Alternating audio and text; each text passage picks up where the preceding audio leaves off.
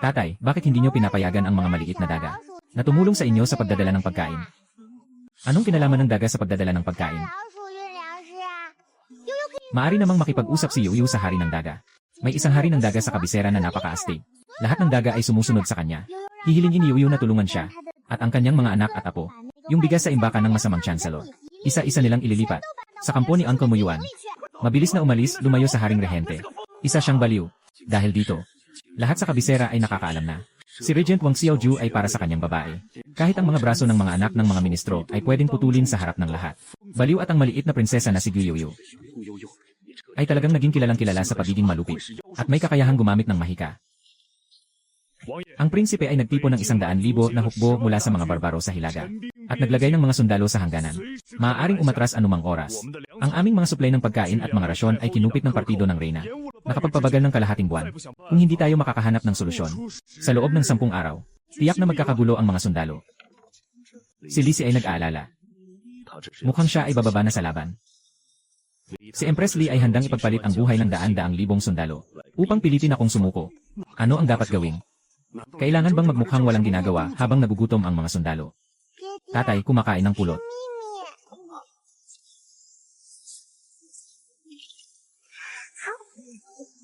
Dahan-dahan lang sa pagkain. Bukas, pupunta ako sa kagawaran ng militar para magtanong. Kahit na kailangan pang mangagaw, kailangan nating makuha ang mga supply ng pagkain. Walang silbi. Ang kalihim ng kagawaran ng sandata ay tao ni Reyna. Palagi lang siyang nakikipagtinginan sa amin. Ang pilit na pagkuha ay magdadala lang ng ebidensya laban sa amin. Anak, bakit hindi niyo pinapayagan ang maliit na daga na tumulong sa pagdadala ng mga butil? Bakit papayagan ang daga na magdala ng mga butil? Sa huli, bata pa rin ang prinsesa. At nagsasalita pa ng ganitong kabali-baligtad na mga salita. Pwede mong kausapin si hari ng mga daga, Yuyu. Sa kabisera, may isang napakapangyarihang hari ng mga daga. Lahat ng daga ay nakikinig sa kanya. Humihingi si Yuyu ng tulong sa kanya para sa kanyang mga anak at apo. Nailipat ang bawat butil ng bigas sa bahay ng masamang ministro sa isang hiwa-hiwalay na paraan. Sa military camp ni Uncle Muyuan, buburahin ang bodega ng bigas ng punong ministro. Kaya ba yan? Huwag mag-alala, Itay. Kailangan pang magdaos ng salu-salo para sa mahabang buhay. Papasukin ang mga pusa at aso sa bayan para tumulong. Si Tito Pusa ang mga ngasiwa. Si Kuya Aso ang magbabantay. Sino mang tamad, kakagatin. Prinsipe, ang puno ng siyam na pintuan. Humihiling si General Kinmang na makipagkita sa kanya. Pumasok na siya. Xiaoju, ano bang mga kalokohan ang sinasabi niyo? Sa banquet ng mga hayop, hayaan ng mga pusa, aso, at daga na magdala ng supply.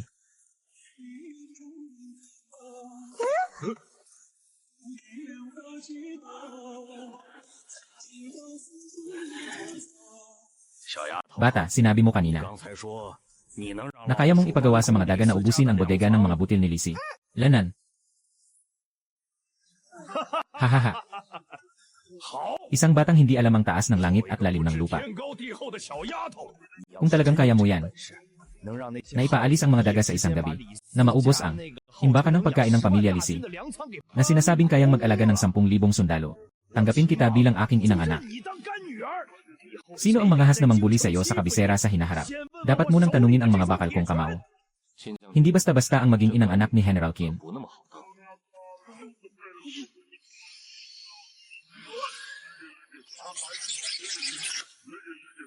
Nagsimula na ito.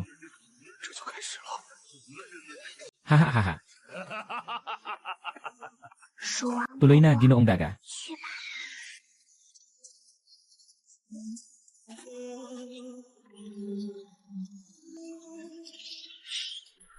Suriin niyong mabuti. Nadali siya ng aking gamot na huwaksisan. Nahuli na naman sa bitan. Hindi makakalayo. Sino ang makakapagdala ng ulo ni Xiaoju pabalik? Maraming gantimpala mula sa Emperatrice.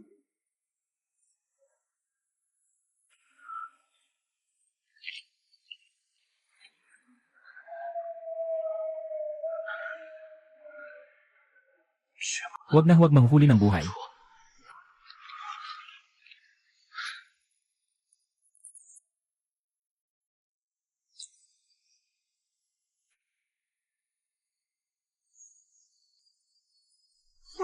Xiao Jin, sigurado ka bang dito? Talagang nandito ba? Walang pagkakamali, walang pagkakamali. Kailan ba nagkamali ang ilong ni Ginoong Jin? Ito na ang amoy. Ay naku, pero mabilis na itong lumalamig. Konektado kami sa dugo, siya ang aking ama. Walang sinuman ang makakapag-agaw sa ama ni Yuyu.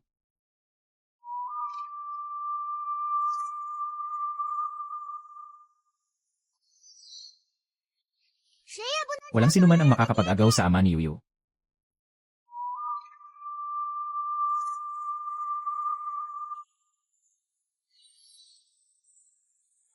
Siyempre, dalhin mo ako kay ama.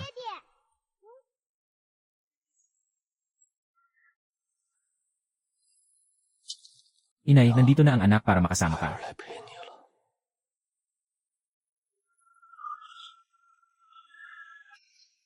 Tatay. Gising na, Yoyo, nahanap ka na namin.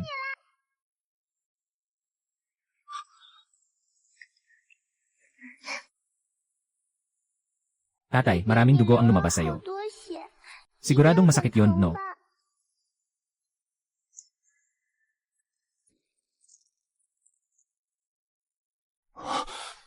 Ang milyong paa na dragon, kapag nahawakan, 3 ang bibigay. Tatay, huwag matakot. Ipagagamot ni Yoyo ang sugat mo.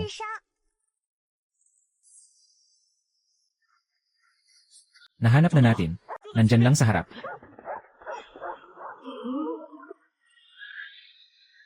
Nakita na. Nandyan lang sa harap.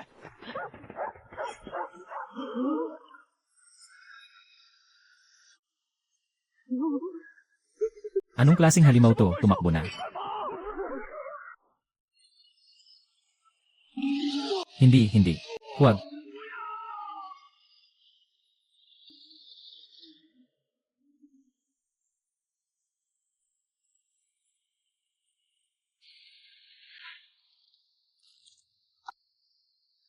Busog na si Lima. Tatay, hindi na sumasakit ang binti mo. Anong pangalan mo? Ako si Yuyu. Si Yuyu ni Daddy. Ako si Xiaoju, nangangakong. Ipapangalagaan ko ang Xiao family. Dadalhin ko siya, susundan ko siya sa lugar kung saan ang mga tao ay nasa tuktok ng kapangyarihan. Pero siya ang pinakamalungkot na lalaki doon.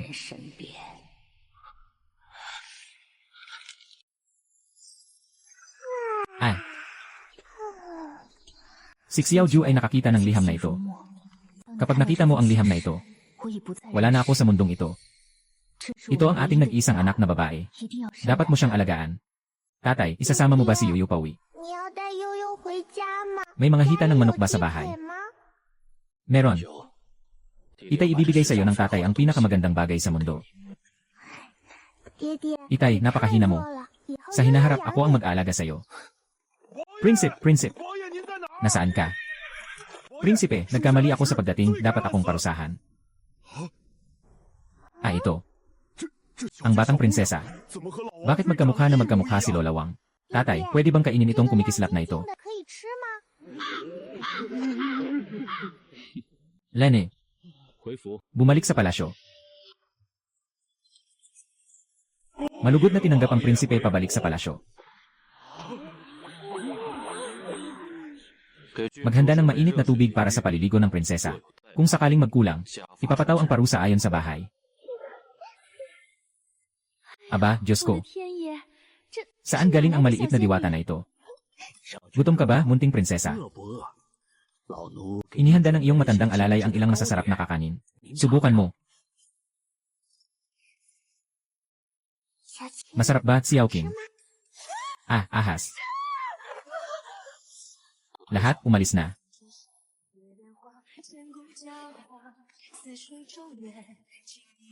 Buka ang bibig.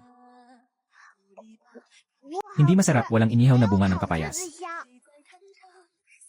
Ang mabuting gamot ay mapait. Kailangan mong unti-unting masanay sa mga bagay sa labas. Mabait, tapusin mo na ito. Ilipat mo lahat ng mga natuyong bagay mula sa imbakan. Para sa prinsesa. Hehe, wahahaha.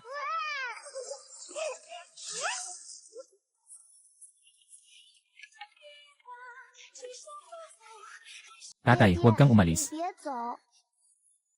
CJ. Hindi aalis si tatay, sasamahan ka matulog. Tatay, huwag na.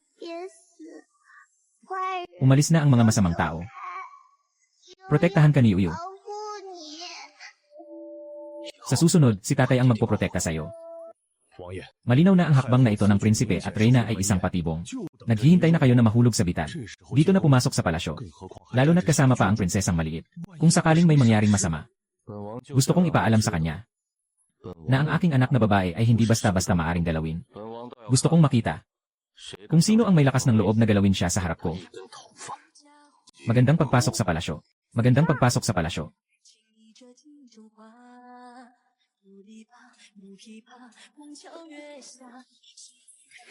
Kung may magpahirap sa iyo pagkatapos pumasok sa palasyo, huwag mag-atubiling kumilos.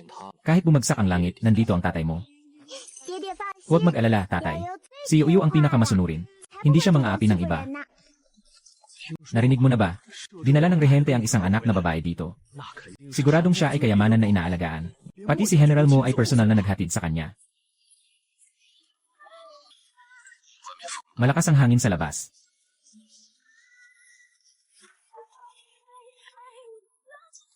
Tatay, ang mga malalaking pusa na ito ay nakakatakot.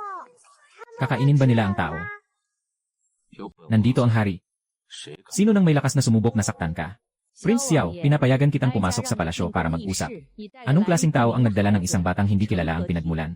Hindi kilalang pinagmulan. Ito lang ang tanging tunay na anak ko. Prinsesa Anle nang yan.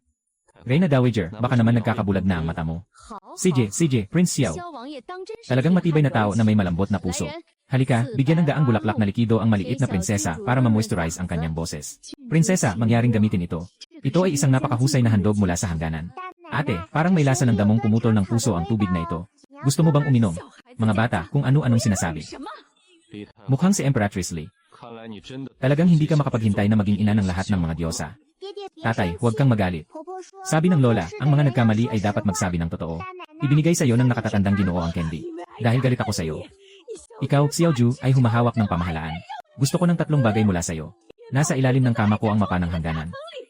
Yung mga gwardiya ay akin din. Lahat ay gawa ko. Gusto kong maging reyna ng daan. Tatay, ang matandang mangkukulam ay sumabog. Maaari na ba tayong umuwi para kumain? Ang prinsipe at ang maliit na prinsesa, ang galing ng inyong tunay na gamot. Diretso nitong pinabagsak ang kalahati ng mga taga-suporta ng reyna. Talagang kahanga-hanga. Sabi ng pugad ng pigyon, yung matandang bruha sa palasyo. Araw-araw pinipilit niya ang kapatid na hari na uminom ng isang napakalangot. Napakalangot na sabaw. Sa sabaw ay may itim na, maliit at mahahabang masamang bulig. Pag inom niya, ang kapatid na hari ay nakakalito ang ulo. Sumunod ka lang, Emperatrice Li. Ang sama mo namang masama. Tatay, huwag matakot. Ito ang pandieta ni Lola para kay Yuyu. Basta't kakainin mo ito, lahat ng masamang insekto ay magiging masunurin. Kung ganito nga, magbibigay ako ng isang malaking regalo sa Emperatrice. May utos ang Emperatrice na panatilihing ligtas ang iyong kalusugan. Huwag magdala ng hindi kilalang tao papasok sa palasyo. Ikaw pa ba ang mag-imbestiga sa anak ko? Ito ay alituntunin, Prinsip. Kung magpupumilit ka pa, huwag mong sisihin ang mga alipin ko kapag nagpakita sila ng galit. Subukan mo nga. Batas. Anong ginagawa mo?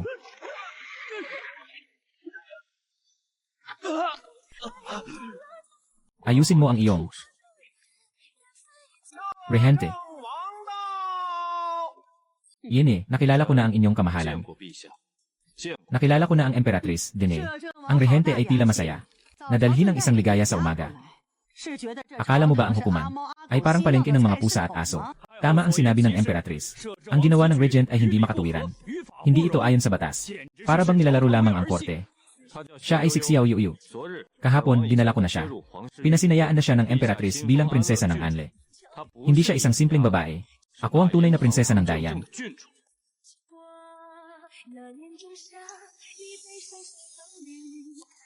Kapatid na Emperor.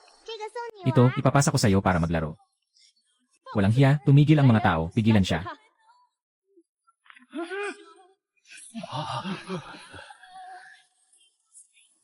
Kapatid na Emperor, kunin mo na ito ng maingat.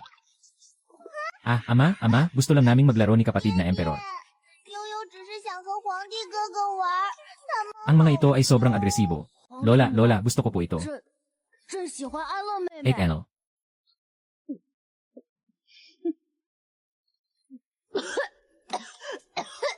Ay. Ano yon? Kapatid na Emperador, bakit mo niluwa ang noodles? Mahal na hari, may ganitong dumi sa iyong katawan. Ano ang ginagawa ng Imperial Medical Institute? Kung hindi ito malalaman ng maayos, hindi ako titigil. 8L. Nang dumating ka, gumaling ang aking sakit. Ikaw talaga ang aking swerte.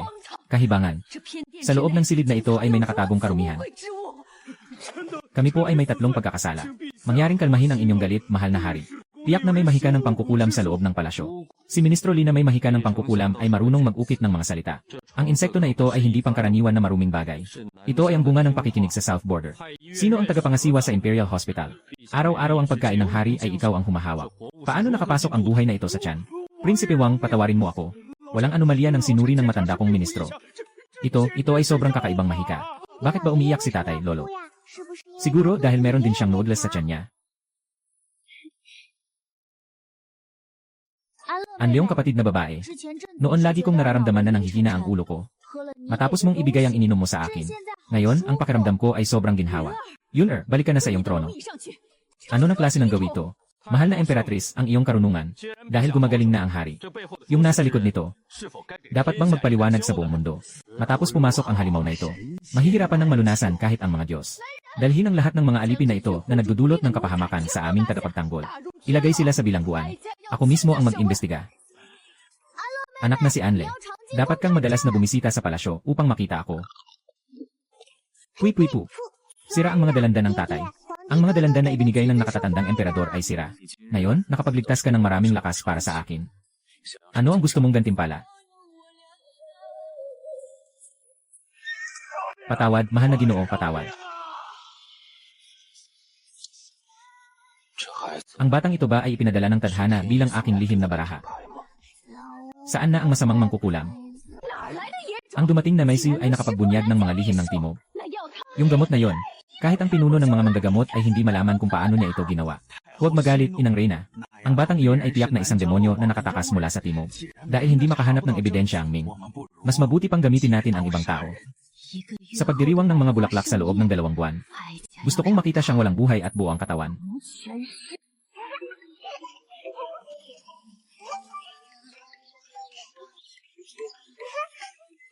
Tay, tingnan mo. Sabi niya, alam niya kung saan may malaking kayamanan. Tayo ay yumaman na, hahaha. Maliit na prinsipe, ang alipin. Sinunod ko ang iyong utos. Inilipat namin ang mga balon ng mga ligaw na bubuyog sa likod na bundok. Salamat sa hirap, kuya. Sabi ng ate bubuyog, hindi na nila kayo atake sa hinaharap. Tutulungan ka nila. Yung masamang chancellor. Inyong lingkod, Ginoong Xiao. Ang mga maliliit na bagay na ito, nakakapagod para sa hari. Hayaan niyo na lang po akong gawin ang mga ito para sa inyo. Ginoo, salamat sa hirap. Pero sabi ni Sister Anne, mas kaakit-akit ang masipag na kapatid na lalaki. Nais kong subukan ito ng sarili ko. Kailangan ko pang tapusin ang pagsusulat ng mabilis. Pumili ng nakakatawang regalo para sa ate ko. May masamang aura ang batang iyon ni Empress Dowager. Kahit ang aking lumang insekto ay agad na napigilan niya. Siguradong kapwa sila ng daan. Kahit na tao siya o engkanto. Sa palabas ng bulaklak, gusto kong ipakita sa lahat na gawing isang nakakasuka at sirang insekto siya sa harap ng lahat. Si Xiaoju ay nais na ipagawa sa iyo na patayin ang iyong anak na babae. Magaling, ang prinsipe ay may pambihirang kakayahan sa espada. Tatay, nasa kaliwa mo, ay naku. Yung maliit na bulaklak ay malapit ng maputol mo. Ang pagsasanay sa espada ay parang pagpatay sa tao. Ikaw, pinapagawa mo sa akin na kunin ang isang bulaklak mula sa kanluran. Sinabi ni Tio Wang na gusto niyang makasama ako pauwi para maglaro. Hahaha, maliit na Panginoon. Kain agad habang mainit pa. Huwag mong hayaan na madiskubre ni Prinsipe. Mouse, pumunta kayo at makinig ng mabuti. Ano ang sinasabi ng matandang nakasuot ng itim? Matapos makuha ang tagumpay, bukas kakain kayo ng malalaking ribs. Dali na. Ito ay inirekomenda ni Reyna Mother na ialay kay Prinsesa Anle. Kung madapakan nyo, kahit siyang buhay nyo ay hindi sapat na pantubos. Hehe. Tulungan nyo ako, may masamang tao na naglagay ng lason. Mabilis, sabihin nyo kay maliit na boss. Tatay, yung matandang mangkukulam ay muling gagawa ng masama. Gusto niyang gamitin ang bulaklak ng kuto para sa akin. Bulaklak ng kuto, ano ang sinabi mo kanina? Dahil gusto niyang maglaro ng malaki. Hayaan nating gawing kanyang sariling libingan ang palasyo. Naghahanda ang mga tagapaglingkod na pumasok sa palasyo. Kami po ay bumabati sa Regent Prince at sa Prinsesa ng Anne. Talagang dumating ang Regent Prince at ang Prinsesa ayon sa kasunduan. Sino iyon? Dalhin ang paborito kong zuwilinglong sa harap ng prinsesa. Mahal na Emperatrice, talaga bang ibibigay sa akin ang bulaklak na ito?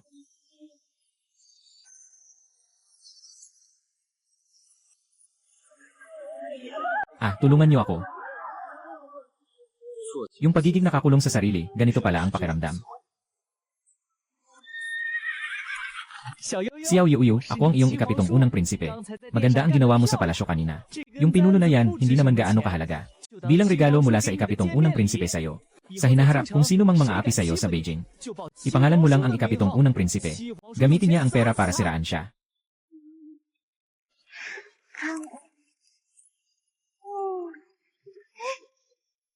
Salamat, Tio Pito, haha.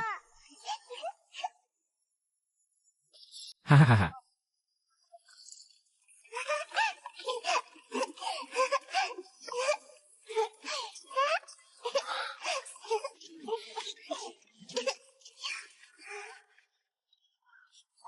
Talagang kakaiba ang anak kong babae. Yung prinsipe, parang daga na kumakain ng manok, walang mabuting hangarin. Nakalugi si Ministro Li sa palasyo. Anak ng apo niya, anong mabuting hangarin ang meron? Kung gusto niyang maglaro, papayagan ko si Yuyu na makipaglaro sa kanya. Ang maliit na prinsesa ay 3 taong gulang pa lang. Si Liheng ay 7 o 8 taong gulang na. Huwag matakot, Tito Fu. Protektahan ni Yuyu ang sarili niya. Yung maliit na matabang bata sa tahanan ng punong ministro, sisirain ang ating prinsesa bukas. Paano niya sisirain? Nagpasakot siya ng isang napakadelikadong bamboo viper. Itinatago ito sa lawa. Naghihintay lang na makuha ng maliit na prinsesa para kagatin siya. Ang sama ng ugali mo. Dahil may nagdala ng laruan sa bahay. Hindi mo pwedeng tanggihan. Lene. Sister Yoyo. Ang pangalan ko ay Liheng. Ito ang ibinigay ko sa'yo. Salamat, Kuya Heng. Yoyo, kapatid na babae. Narinig ko na ang tanawin sa hardin ng tahanan ay pinakamaganda. Maglaro tayo ng tuuhu, okay?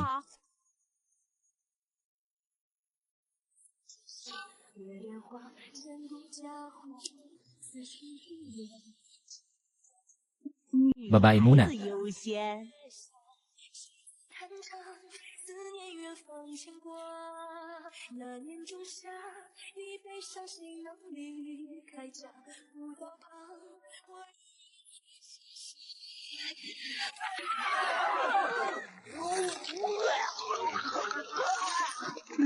Laihong.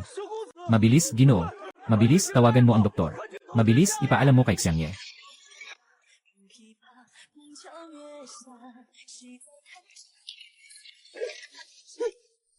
Panginoon, may masama nangyari.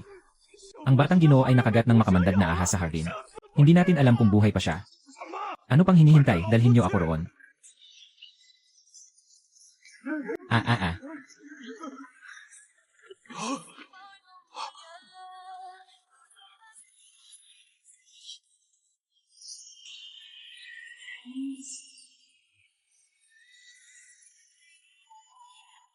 Ang demonyang babae ay talagang demonyo. Ang demonyang babae ay talagang demonyo. Tawagin ang mga tao, dalhin ito. Isang masamang diwata. Huliin mo siya. Sampalin ang sabay-sabay.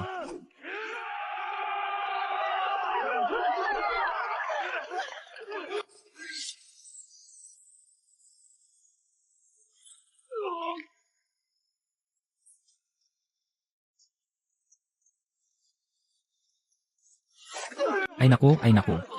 Masakit na ito sa akin. Napakalakas ng kapangyarihan ng punong ministro. Sa tahanan ng hari. Mga tao ko ito.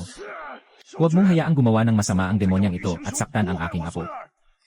Kung hindi mo ako bibigyan ng paliwanag ngayon, pupunta ako sa harap ng emperador at magrereklamo tungkol sa iyo. Kung hindi mo kaya, dapat mo itong tanggapin. Nais niyang maglagay ng lason sa iba. Ngunit siya ang nakagat ng ahas. Siyang dapat sisihin dahil siya ay walang silbi. Ano ang gusto mong gawin?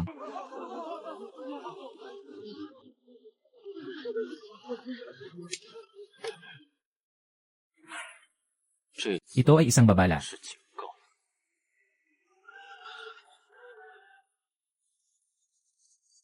Tay, umuwi na tayo. Umuwi. Mabilis, bilisan mo. Lumayo ka sa palasyo ng Regent. Sira ulo iyon. Dahil sa pangyayaring ito, alam na ng lahat sa kabisera. Para kay Regent Xiaoju, para sa kanyang anak na babae. Kahit ang mga kamay ng mga opisyal at kanilang mga anak ay kayang putulin ng hayagan. At ang maliit na prinsesang si Guyoyo ay naging sentro ng usap-usapan, matapang at malupit. Isang maliit na diwata na marunong gumamit ng mahika. Ang prinsipe, ang mga barbaro sa Hilaga, ay nagtipon ng 100,000 na hukbo, nakahanda sa hangganan. Handang bumaba sa timog anumang oras. ang ating supply ng pagkain. Ang supply ng pagkain ng hukbo ay pinutol ng mga taga-suporta ng Reyna. Nahirapan ng kalahating buwan.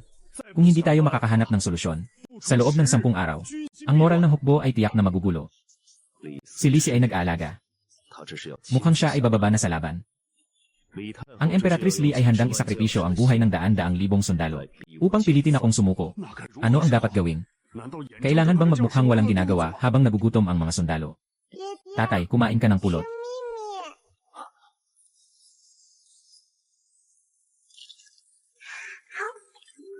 Dahan-dahan lang sa pagkain. Bukas ay pupunta ako sa kagawaran ng militar para magtanong. Kahit na kailangan pang mangagaw. Kailangan din natin kunin ang mga reserbang pagkain. Walang silbi iyon. Ang kalihim ng kagawaran ng sandata ay tao ng Reyna Dowager. Magpapanggap lang siyang nakikipag-usap sa atin. Ang pilit na pagkuha lang ang magdadala ng mas maraming problema. Ang pagkurakot sa pagkain ng mga tito natin. Si Yoyo ay ayaw na ayaw sa mga taong nagsasayang ng pagkain.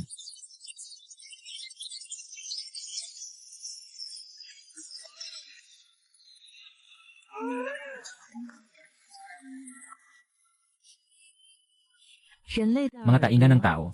Halos imposibleng mahuli ang matalim na alon ng tunog na ito. Ngunit ito'y parang walang anyong alon. Nabiglang kumalat sa buong lungsod.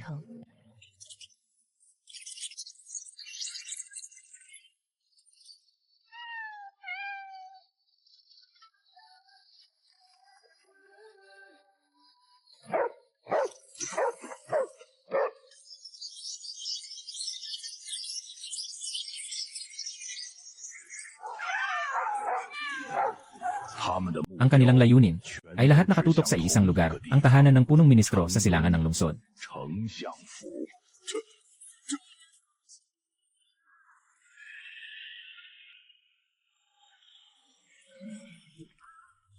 Ako'y nakipaglaban sa loob ng kalahating buhay. Nakakita na ng libu-libong sundalo. Ngunit ang tanawin na ito ay tunay na nakabibighani. Akala ko ang maliit na prinsesa ay isang batang walang malay na salita. Hindi ko akalain na ang isang kwento sa gabi ay magiging totoo. Nagsimula na.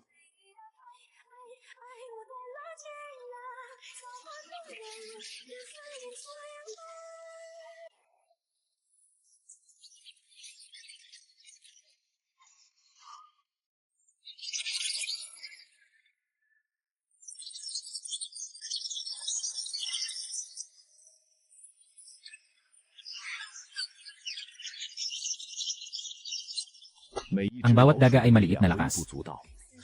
Pero kapag milyon-milyon na nagsama-sama, sapat nang yumanig sa lahat. Maliit na daga, magmadali, may isang tanso na piraso. Huwag niyong iwanan ang masamang matanda.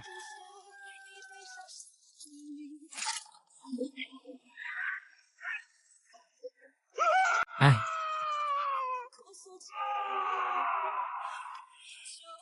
Ang pagkain ko.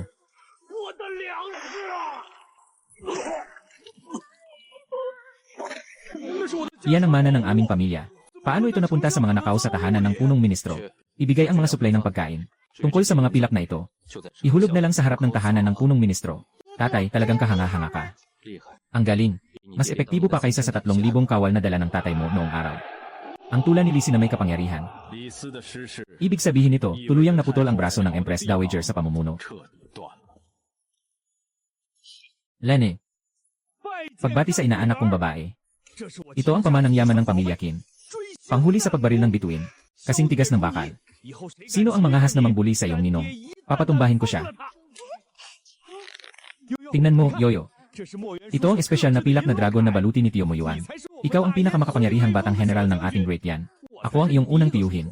Kailangan niyang manatili sa likod. Bakit ka nauuna? Nagsulat ako ng kasulatan kagabi. Mas nauna akong naging kaibigan. Mas nauna akong nakilala ang prinsesa. Alam mo ba ang ibig sabihin ng nauuna at nahuhuli? Bakit kayo nag-aaway? Siyempre, ako ang tunay na ama ni Uyo, ang ikapitong prinsipe.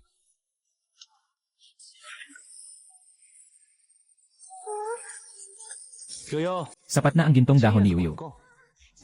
Kunin mo ito para bumili ng masarap na pagkain. 1, 2, 3. Ako ang unang.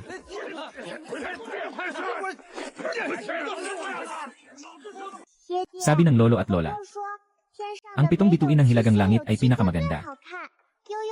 Pwede bang magkaroon si Yuyu ng 7 amang? Ito ang unang pagkakataon na naramdaman ng Regent kung ano ang tunay na pagkapagod sa isip at katawan. Ako ang general na nagtatanggol sa bayan. Nagtatanggol sa ating hangganan para sa bansa. Dapat akong manguna. Ako ang tagapamahala ng syudad. Nangangasiwa sa depensa ng kabisera. Nasa kabisera ako. Ako ang pinakamalaking tagapagtanggol sa kanya. Iyan kayo ay nag-aalaga sa labas. Sa loob ng Guanzhong. Pero si Yuyu kumakain, nagsusuot, at ginagamit, hindi kailanman aalis sa pera. Ako ang hari, kayang tumbasan ng bansa. Siyempre, ako ang pinakamahalaga. May tao sa palasyo, prinsipe. Iniimbitahan ka at kay Princess Anne sa loob ng 3 araw upang dumalo sa palasyo sa pista ng mga bulaklak. Ang hapunan sa Hongmen, malinaw na isang bitag ang inilalagay, prinsipe. Lisi ang nahulog. Siguradong galit na galit si General Emperatriz sa atin. Sabi ni General Qin na sobrang bata pa ni Yuyu. Sa palasyo, mapanganib ang mga tao at mapanlinlang. Hindi mo siya pwedeng dalhin sa panganib. Anong gagawin natin, lalo na't ayaw na ayaw ng matandang mangkukulam na mapahamak tayo. Kaya mas lalo natin kailangang maglakad ng may karangalan. Tama lang. Papasukin si Yuyu ang likod na hardin at gawing magulo ito. Ang pista ng mga bulaklak, di ba? Maraming magagandang bulaklak. Ang pista ng mga bulaklak, di ba? Maraming magagandang bulaklak. At maraming masasarap na cake. At may isang matandang mangkukulam. Naghihintay na si Yuyu para turuan siya ng leksyon. Uwi na si Yuyu. Tutulungan ni Yuyu si Itay na labanan ang matandang mangkukulam.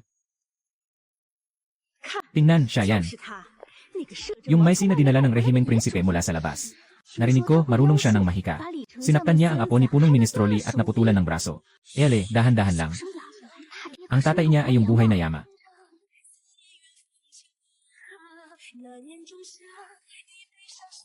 Ikaw ang prinsesa ng Anle. Ako si Deyang, kapatid na babae mo. Siyempre, malungkot ka dahil bagong dating ka sa kabisera. Sasamahan kita maglibang. Hahaha.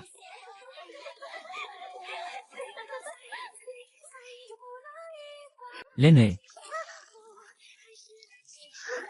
Ay, pasensya na, yoyo na kapatid. Hindi ko sinasadya. Hahaha, huwag kang magalit, ate. Huwag kang magalit, ate. Itong puto ng mga bulaklak ay pirma ng kusina ng emperador. Babayaran ito ng ate mo, okay ba? May lason si Yaw Yaw. May masamang bagay sa putong ito. Kapag kinain mo, magiging pangit ka. Ang saya na binigyan mo ako ng cake. Gusto ko rin sanang bigyan ka ng cake. Magpalitan tayo. Para patas naman. Ano bang ipapalit?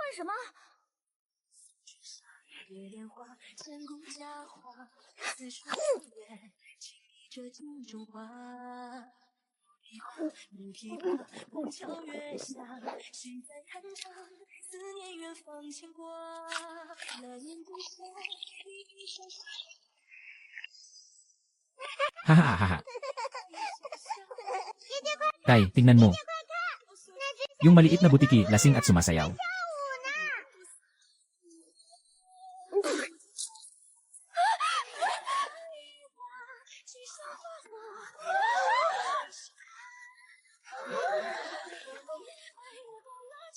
Ah, Diyang, gusto mo rin bang sumayaw?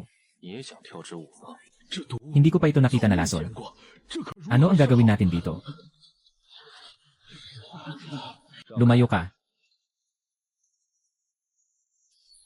Pinuno ng Valley of Medicine, si Liu Bei. Ang pinakamagaling na manggagamot sa buong mundo. Ito ay lason ng 7-day red, kasama ng katas ng heartbreak grass. Mapanganib na lason. Sundin ang tamang reseta. Maaaring iligtas ang buhay. Pero hindi mapigilan ang sakit ng tiyan. Kailangang hindi bababa sa 7 araw bago gumaling. Sa murang edad, napakasama ng isip niya. Gumamit pa siya ng ganitong kakaibang lason para manakit. Sobrang walang silbi ng tao. Kung hindi mo kayang gamutin, ibig sabihin malakas ang aking lason. Ikaw ba'y isang walang silbing doktor?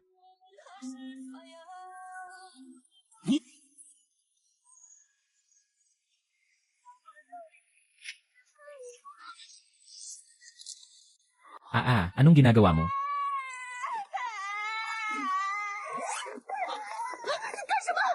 Huminto ka.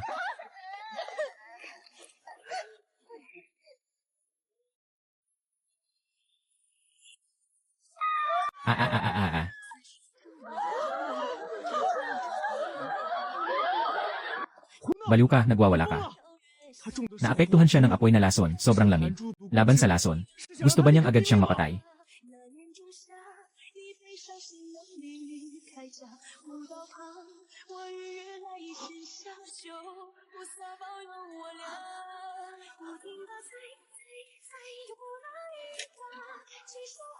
Gamitin ang lason laban sa lason. Gamitin ang lason laban sa lason. Talagang posible pala.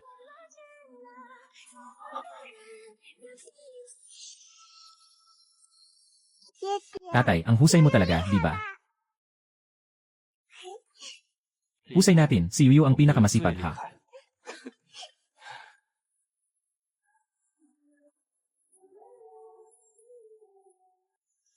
Mukhang hindi ito gawa ng anak kong babae. Reyna General, sinasabi mo ba na panahon na para imbestigahan ng mabuti? Kung sino ang gustong gumamit nitong masamang bagay, upang saktan ang prinsesa ng bayan na personal kong inirekomenda. Ginoo, yan ay isang jade na may disenyo ng peony na ibinigay pa ng dating emperador. Ipagpuputol na natin ito.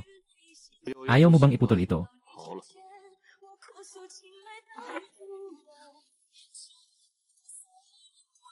Maghukay tayo ng butas. Kailangan din maghukay ng butas. Para sa mga sanggol na may kumot.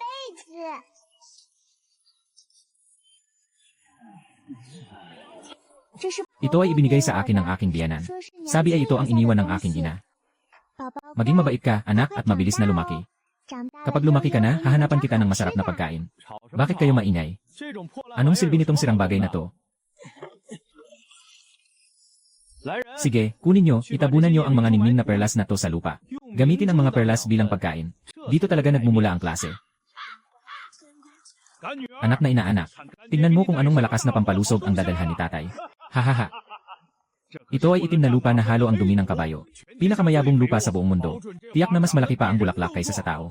Huwag. Kunin ni Tiokin. Sobrang tapang ng amoy. Matatakot ito sa akin. Para sa bulaklak baby. Mga basura, isang grupo ng mga basura. Mahal na inang emperatrice. Yung maliit na demonyo ay kakaiba. Sama-sama tayong lumaban. Ngunit mas mabuti nang gamitin ang liwanag ng langit. Sa mga paligid ng Beijing, may lumabas na puting usa. Mas mabuti nang gamitin ang pangalan ng magandang tanda. Hayaan ang sariling usa na isiwalat ang tunay na anyo ng demonyo. Mahirap talikuran ang tadhana mula pa noong sinaunang panahon. Agad na ayusin ang royal na pangangaso.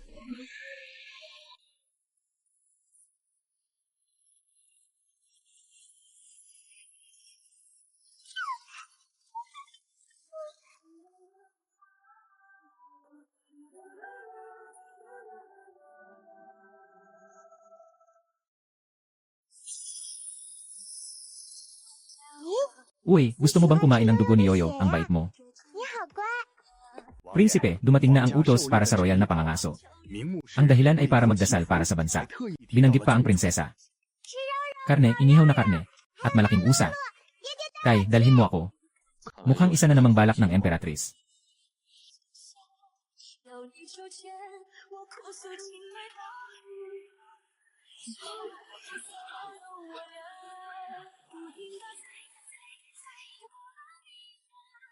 Tio, magandang araw, nakababatang kapatid. Ingat ka, Xiao Yu. Kapatid, tingnan mo, nakasuot din ako ng kasuotang pangsakay ngayon. Maaari ba tayong sumakay ng kabayo mamaya? Siyempre. Aking kamahalan, nakita ko na sa araw na ito, may darating na magandang tanda sa gubat. Kung makakakuha ng pagkilala mula sa mga palatandaan ng kabutihan, iyon ay tanda ng pagkakaroon ng tadhana, na makapagdadala ng mga biyaya sa ating dakilang yan.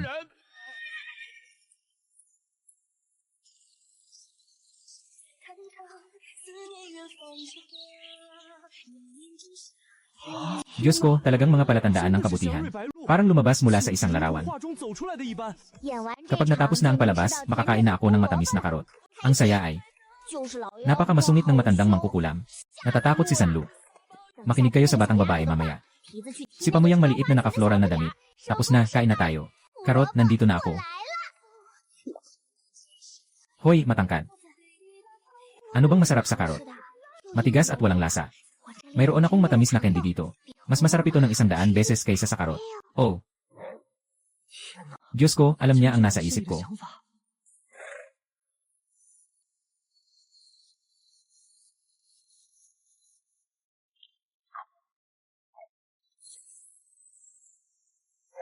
Itong candy. Sobrang sarap ng candy na ito. Huwag mong pakinggan ang matandang mangkukulam mamaya. Pakinggan mo ako. Papangako kong araw-araw ay may ganitong candy ka. Papangako ko ring magiging hari ka ng USA, ayos ba, hehe? CJ. Daan ng mga Diyos. Ikaw ang kapalaran. Kaya't pakiusap, sabihin mo sa amin. Kung sino sa mga narito ang magdadala sa atin ng kapahamakan. Maghintay ka, masisira ang iyong reputasyon.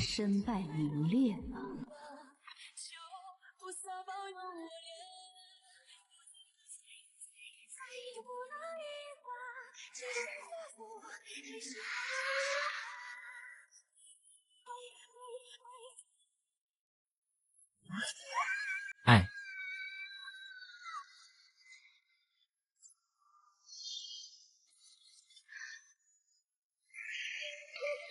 Tulong.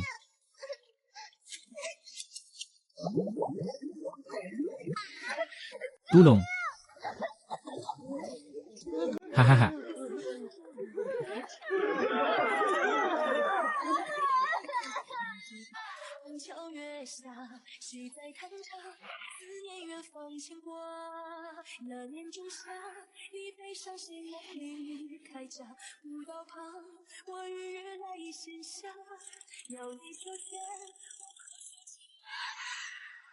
Anong nangyayari?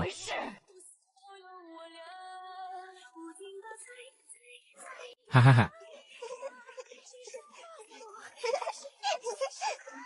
Huwag kang dumikit, Angkati.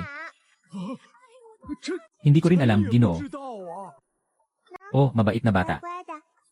Bigyan kita ng isa pang candy. Ngayon, lahat ay malinaw na. Ang tinatawag na maswerteng tanda ay talagang napakamaalaga sa maliit na demonyo. Nakikita na gustong-gusto ni maswerteng tanda si Ate Anle. Matagal nang sinabi ng tiyo ng emperador. Si Ate Anle ay bituin ng swerte. Malapit si maswerteng tanda sa bituin ng swerte.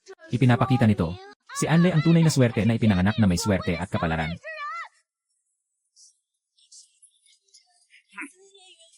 Saan ang galing ang masasamang hayop? Nadaring na magyabang dito. Lanan.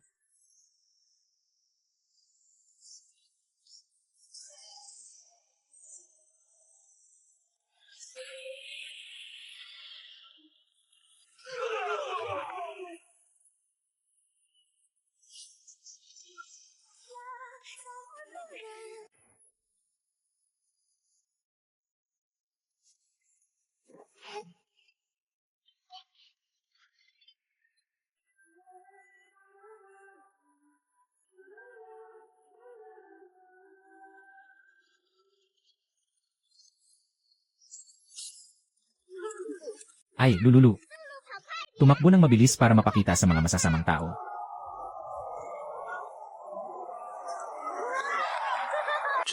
Sa sandaling ito, ang kapangyarihan ng Emperatrice ay ganap na nadurog sa ilalim ng gintong mga paa.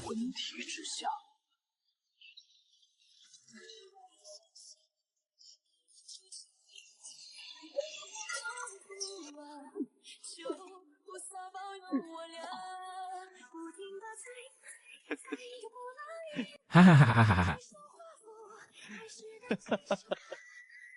Haha, magandang usa, magandang anak.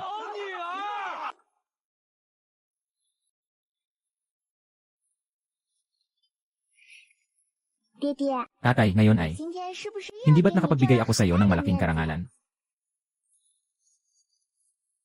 Lumaki na. Kaya, maaari ba akong humingi ng dalawang ama pang iba? Sabi ng lola na kapag nakumpleto ang 7, maaari nang tawagin ang Diyos Dragon.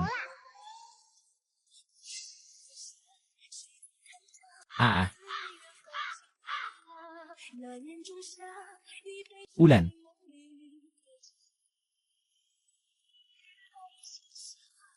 Yui, tinanggap ko na ang iyong buhay, Aya.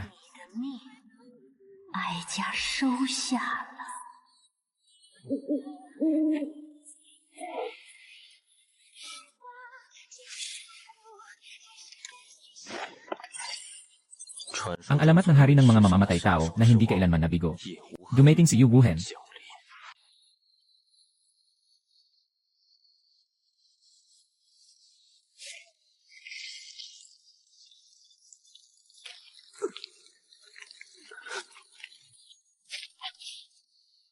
Sobrang mahilig siya sa kalinisan.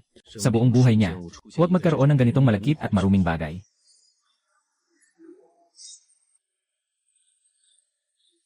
May problema ang bahay na ito ng mga nakakalason na gamo-gamo.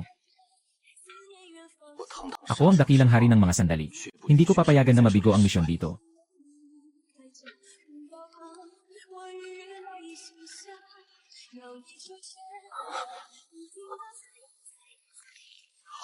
Ang bilis ng ahas. Napakatindi ng lason. Pumasok na ang masamang lamok.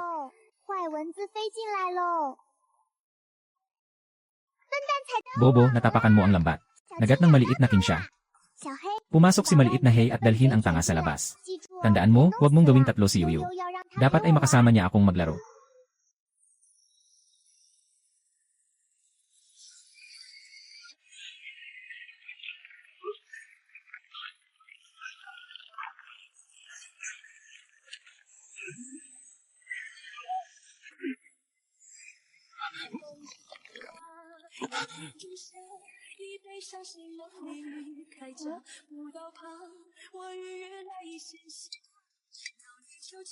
Kuya, nandito ka rin ba para maging tatay ko?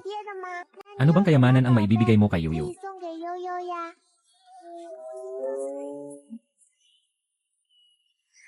Nandito ako para sa'yo. Pero hindi ka makapasok sa aking pinto. Ang hina mo naman. Sobrang hina. Pero ikaw ang pinakamagaling na sandhand sa mundo. Isipin mo na akong pangalawang tatay mo. Turuan kita kung paano maging malakas, okay ba? Para hindi ka na makagat ng mga ahas. At hindi ka na madadampot ng sapot ng gagamba. Sige, ayan na ang usapan. Ngayon ay si Lima na tatay ni Yuyu.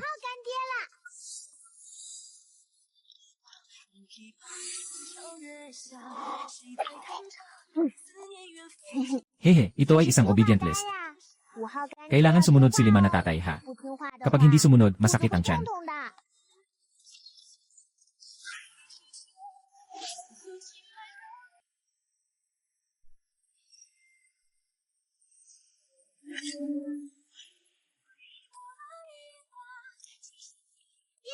Tatay, huwag manakit. Ito ang bagong Lima na tatay ni Yuyu. Kailangan niyang makipaglaro sa akin.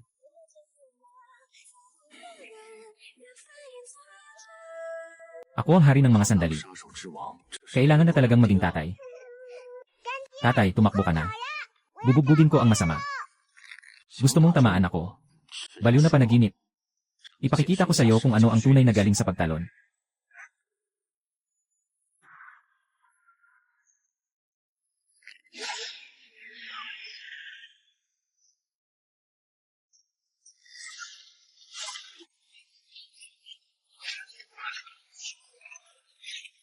Hindi pala makakatakas. May tracking device ba itong tirador?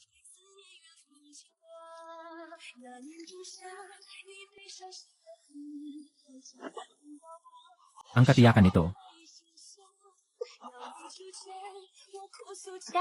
Tatay, ang tanga-tanga mo. Tatay, maaari mo ba akong turuan kung paano umakyat sa puno? Gusto ko ring lumipad sa itaas para makita ang tanawin, ganun.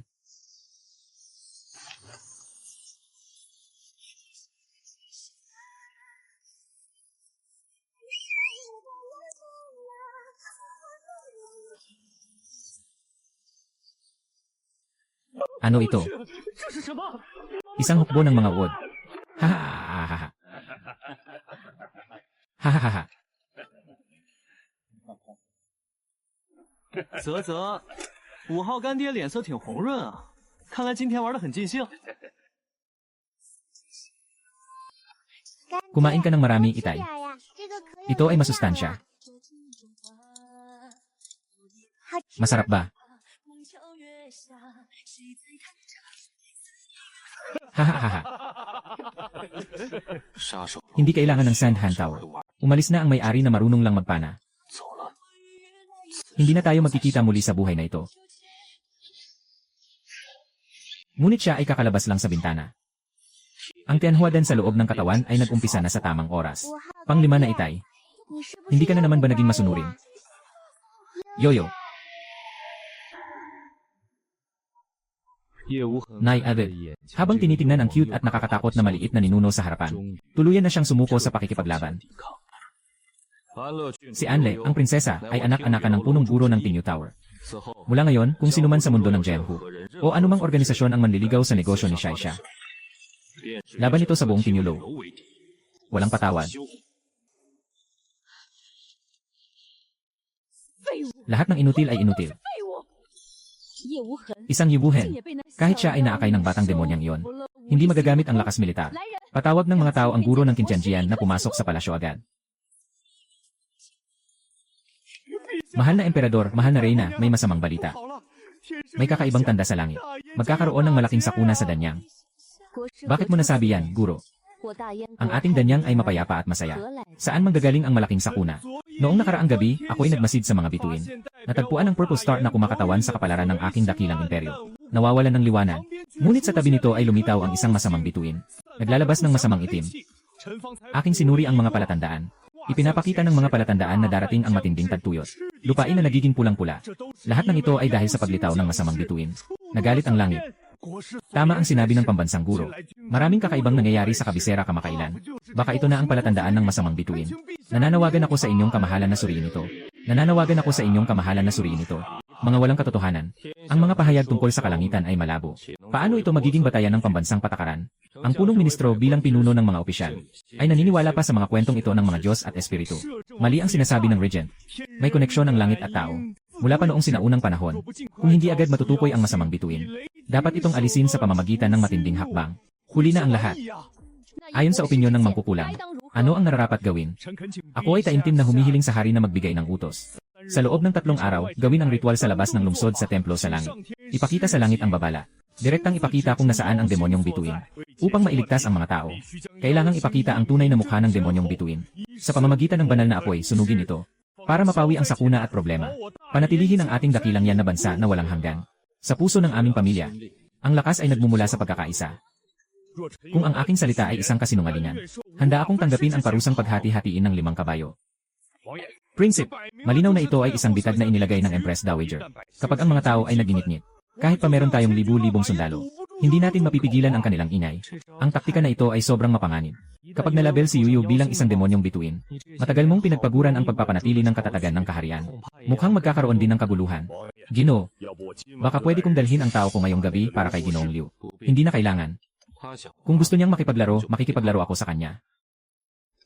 Gusto kong makita kung gaano kalakas ang Diyos na dinala niya.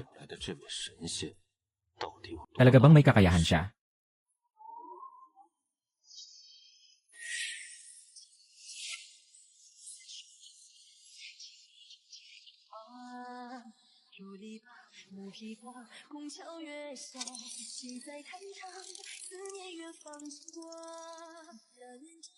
Dahil nandito na. Sige, pumasok ka na. Ginoong Zhuge. Mukhang tahimik ang prinsipe. Nasa labas, parang nagkakagulo na. May oras ka pang magbasa dito. Hindi naman babagsak ang langit. Prinsipe, bumalik ako sa kabisera ngayon. Dahil naisip ko ang iyong Zawei Emperor Star. Isang napakaganda at mahalagang bituin ang nadagdag. Ngunit dahil dito, nagdulot ito ng isang sakuna sa iyong kapalaran.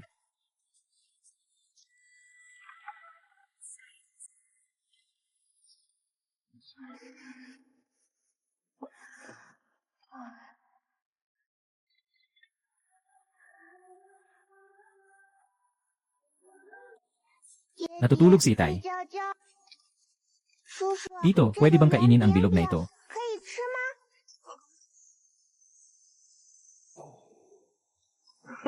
Hahaha. Akala ko siya yon. Talagang siya yon. Ang taong magpapabago ng sitwasyon ay narito. Ang bilog na ito ng prinsesa ay hindi pwedeng kainin. Ngunit mas masaya ito kaysa sa pagkain.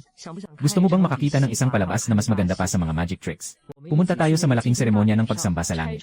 Bubuwagin natin ang peking manghuhula. Ano sa tingin mo, okay ba? Sobrang gusto ni Yuyu na makita ang mga tao na nabibigo, hehe.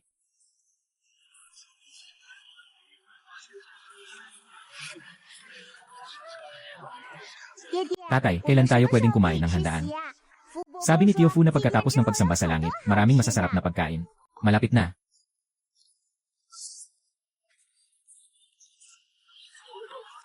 Langit at lupa. Nasaan ang demonyong bituin? Mabilis na magpakita.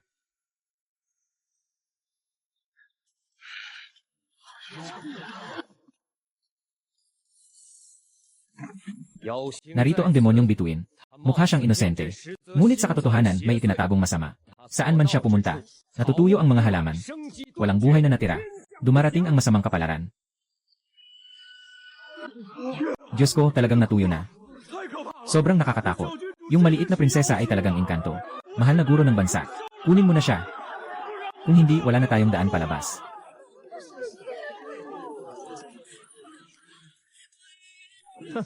Haha, gamit ang mga panggagamot na walang silbi, nagtatangkang magpanggap na kalooban ng langit. Ginoong Liu, ang posisyon mo sa Tianxi Jian. Baka binili mo lang yan, hindi ba? Zhuge Liu yun. Hindi ka ba naglalakbay sa buong mundo? Paano ka nandito? Kailangan lang ng ilang araw ng maaga. Naibuhos ang espesyal na likido sa ugat ng espada. Kapag natuyo na, makakabuo ito ng ganitong ilusyon. Ano bang klaseng kapalaran ito? Ito ay tinatawag na paglalason. Ikaw, nagsasalita ka ng kalokohan. Hindi ba ako nagsasalita ng kalokohan? Subukan mo at malalaman mo.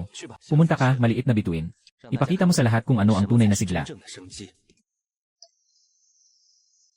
Huwag kang umiyak, Hua-Hua.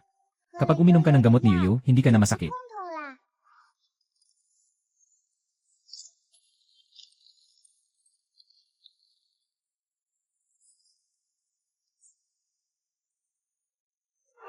Buhay na, talagang buhay na. Ito ang tunay na himala. Ito ay mahika, ito ay mahika. Kaya niyang kontrolin ang lahat ng bagay. Isang dambuhalang demonyo na hindi matatagpuan sa 1,000 taon.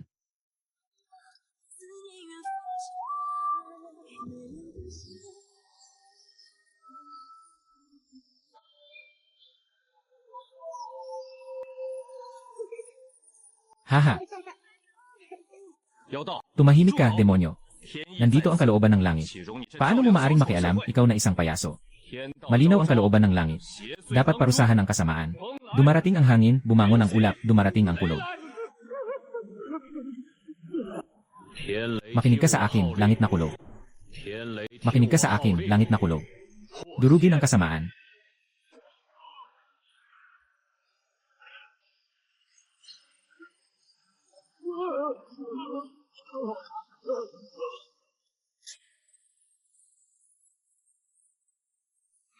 Pagbaba ng Diyos ang babae.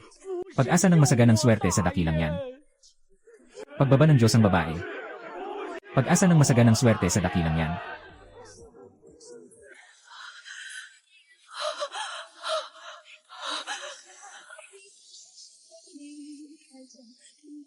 Bumalik sa bahay.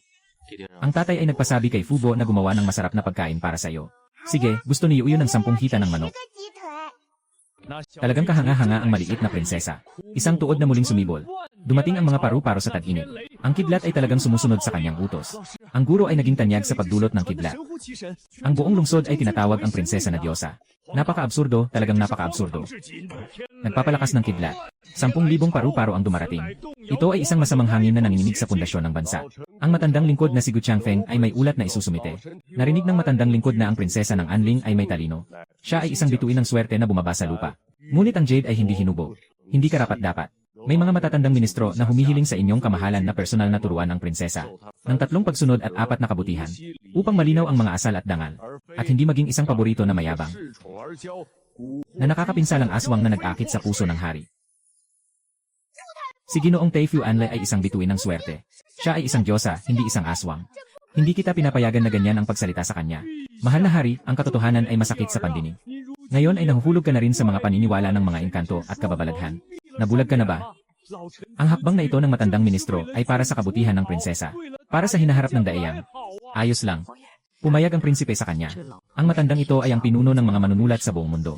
Kung siya ay mapapahamak, magdudulot ito ng kaguluhan sa mga eskolar. Hindi ito kapaki-pakinabang. Ngunit kung si Yuyu ang haharap sa kanya, isipin mo, isang matandang guro na puno ng mga salitang mahirap, ay mapapahinto ng isang sanggol. Ang eksenang ito ay mas nakakapinsala sa partido ng reyna kaysa sa kanyang pagkasira. Makakatanggap pa ng isang amang hindi tunay. Si Ginoong Gu ay taos puso. Naiintindihan ito ng aking puso. Kung ganon, maaari bang magtrabaho si Ginoong Gu mula bukas sa aking tahanan upang turuan ang aking bunsong anak na babae? Matalino ang prinsipe. Tiyak na hindi ko bibigin ang tiwala na ibinigay mo. Muling ibabalik ang prinsesa sa tamang landas. Iyon eh, hintayin ko ang resulta niyan.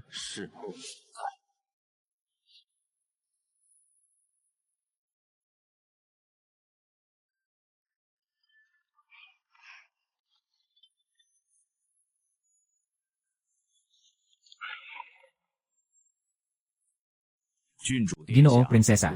Ngayon ay magsisimula tayo sa salitang day. Sabi sa Daughter's Classic, ang babae na walang talento ay itinuturing na may di mabuting katangian. Pero bakit sinabi ni Uncle Zuge kay Yuyu kahapon na ang kaalaman ay lakas? Kung wala akong talento, paano na? Eh di wala ng kaalaman. Wala ng kapangyarihan. Guro, ang ibig mong sabihin, ang babae na walang kapangyarihan ay may magandang asal. Kung mawawalan ng kapangyarihan si Yuyu, sino ang magpoprotekta kay Itay? Guro, gusto mo bang maging walang silbi si Yuyu?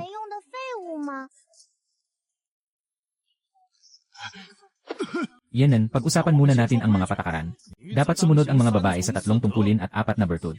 Ang pinakamahalaga ay ang sumunod sa ama sa tahanan. Sundin ko talaga.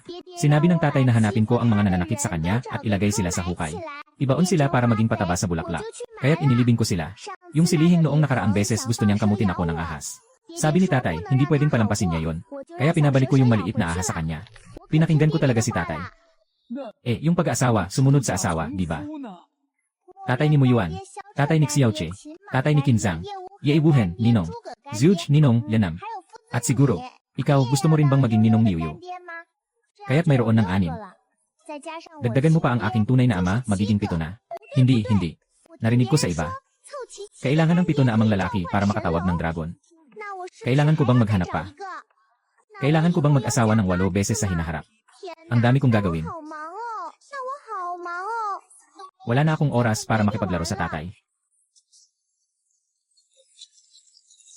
Tumulong sa mga nangangailangan. Maging mabuting asawa at magturo sa mga anak. Dragon ng 8 karakter.